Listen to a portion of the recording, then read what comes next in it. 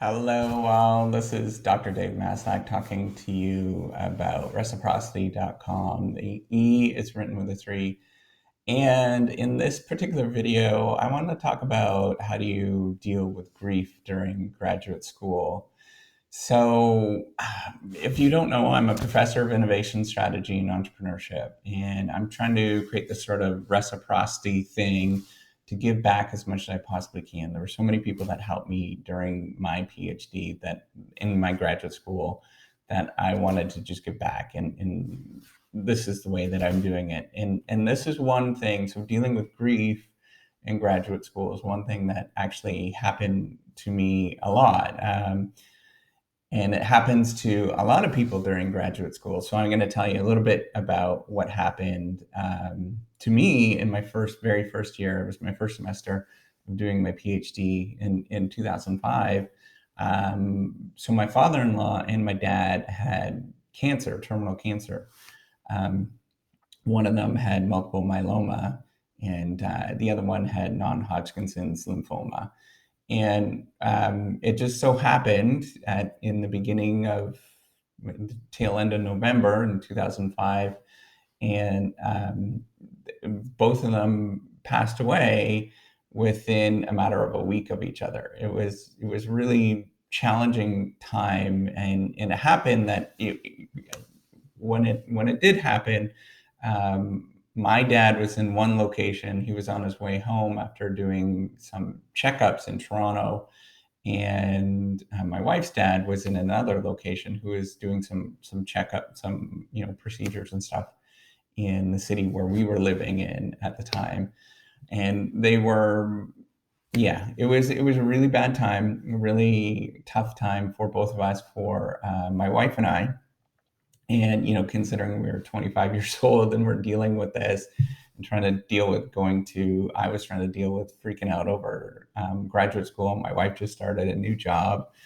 We were kind of really, we just didn't know what to do. We were kind of really overwhelmed. And I think that's totally normal with grief, and dealing with these kind of issues. And it could happen with anything. I had my grandparents passed away shortly before that, when I was doing my master's. Mentors and stuff like that have passed away, and sort of recent events with a mentor that I know.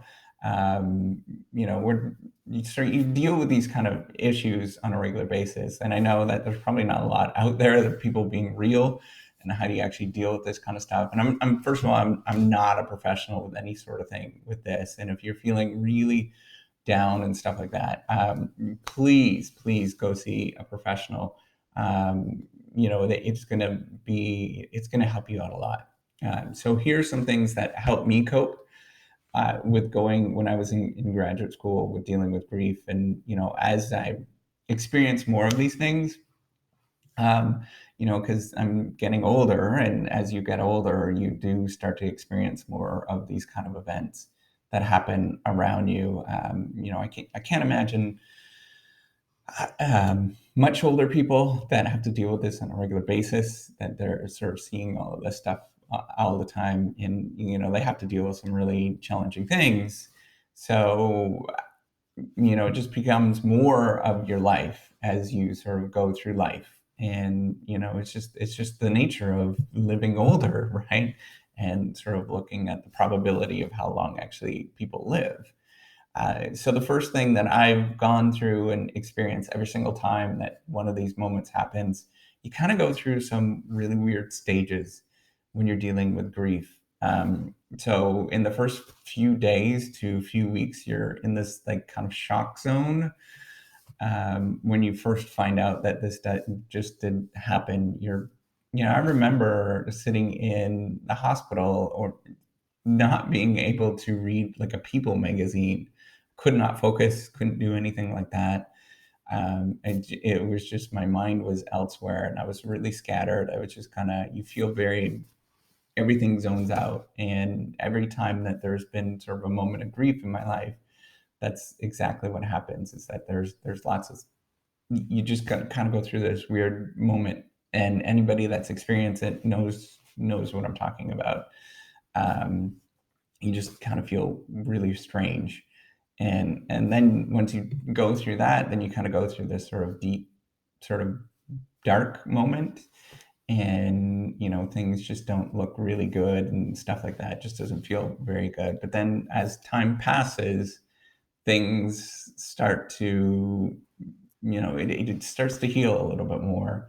And you just kind of go through each every day. It sort of heals a little bit more and a little bit more. And so time really does, for me, it helps out. So just knowing that's just going to take some time, and if something has happened to you, know that there's no other advice that I can give you other than it just takes time. And know that over the course of a matter of weeks, months, years, it does get a little bit better, and the memory still stays there. That's not going to disappear of that person, but the sort of hurt that you feel it sort of goes slowly away. And every once in a while you do have that sort of moment where it comes rushing back and all that kind of stuff. You get these sort of waves of grief that you feel, and it keeps coming back, and that's fine. That's life, right? Of dealing with that. But time makes a big difference on dealing with some of these things. The thing that for me in graduate school, this is not, other people deal with this kind of stuff in different ways, in different sort of professions and stuff like that. For me, working and actually writing and stuff like that, after I got through that moment of just sheer shock, right? You can't do anything when you're shocked. You truly are, when you're in that state, there's nothing you can do. Literally, there's nothing you can do, and you just have to kind of get through that moment. But then once stuff comes back, for me, what helped me was just getting back in doing work. And it wasn't that I was, trying to forget things. It was just trying to get my life back to normal and to help me to sort of focus on something else. So my mind wouldn't go there all the time, and you'd feel sort of overwhelmed with grief.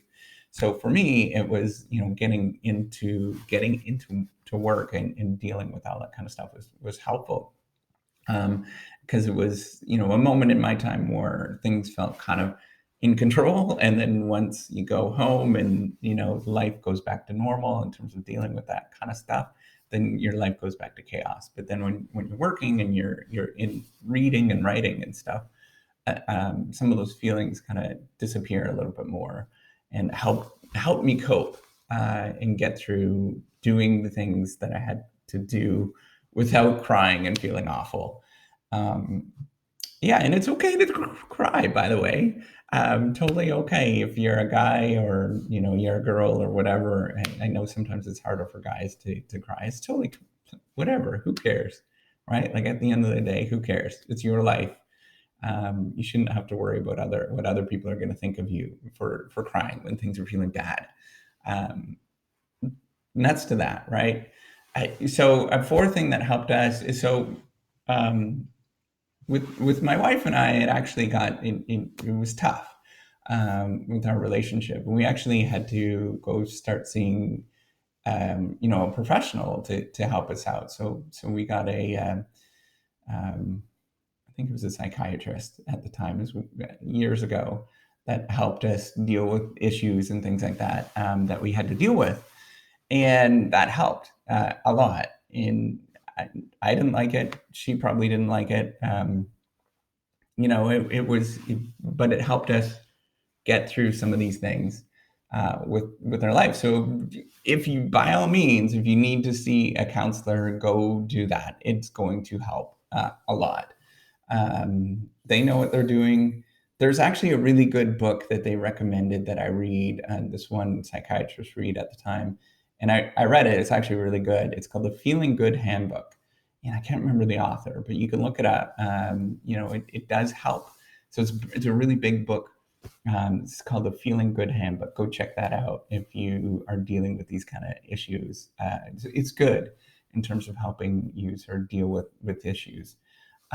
Talking to friends was really good. So what I experienced when I was going through this was if I would openly talk about it, I would cry, I'd cry and get all welted up. Your eyes start watering and stuff. But then after that was done, it was easier for me to talk about it again, and I didn't necessarily do that again. It kind of got me through that moment of grief and dealing with that grief.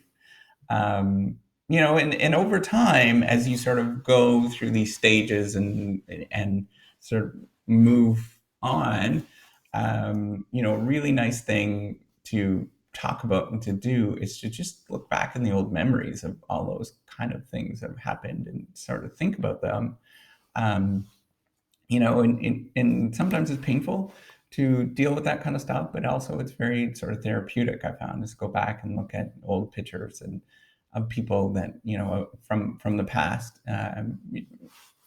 A few months ago, I was going through some of our old wedding album, and a number of people have passed since then, and it was very therapeutic to see all those old faces that I saw back when we got married. So that's it. I know that this is a little bit deep and dark, but it has to be. We deal with these kind of things when you're in graduate school. It's a long time, and you do go through. A lot of people go through some deep, dark times, particularly with moments that are happening in their life like this. And who the heck do you talk to, right? Or it's better to watch a video about this and maybe get some advice that way than it is to go talk to somebody or friend or whatnot. I don't know. Like it's one of those things. It's like, what do you do? Where do you go talk to? Well, hopefully this video is going to help you.